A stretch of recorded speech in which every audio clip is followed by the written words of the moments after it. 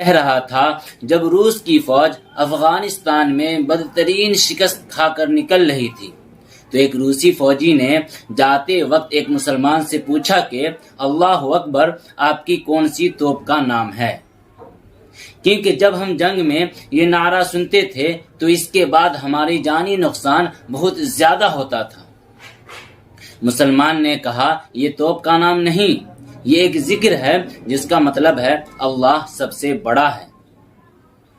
اس فوجی نے کہا بس یہ آواز، یہ ذکر ہماری شکست کی اصلی وجہ ہے، کیونکہ جنگ کے دوران ہم بندوقوں، توپوں اور گولیوں سے نہیں بلکہ اللہ اکبر کی آواز سے بہت ڈرتے تھے۔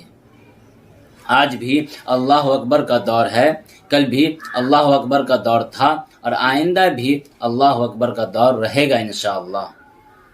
شاعر کہتا ہے کفر دم توڑ دے ٹوٹی ہوئی شمشیر کے ساتھ، تم نکل آؤ اگر نعرہ تکبیر کے ساتھ۔ اب فقط شور مچانے سے کچھ نہیں ہوگا، صرف ہونٹوں کو ہلانے سے کچھ نہیں ہوگا۔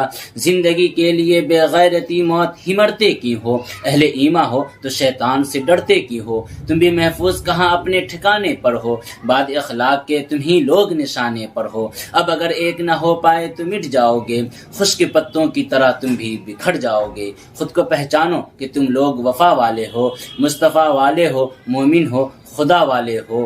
کفر دم توڑ دے ٹوٹی ہوئی شمشیر کے ساتھ، تم نکل آؤ اگر نعرہ تکبیر کے ساتھ۔ اپنے اسلام کی تاریخ پلٹ کر دیکھو، اپنا گزرا ہوا ہر دور پلٹ کر دیکھو۔ تم پہاڑوں کا جگر چاک کیا کرتے تھے، تم تو دریاؤں کا رخ موڑ دیا کرتے تھے۔ تم نے خیبر کو اکھاڑا، کیا تمہیں یاد نہیں؟ تم نے باطل کو پچھاڑا، کیا تمہیں یاد نہیں؟ پھرتے رہتے تھے شب و روز بیابانوں میں، زندگی کاٹ دیا کرتے تھے میدانوں میں۔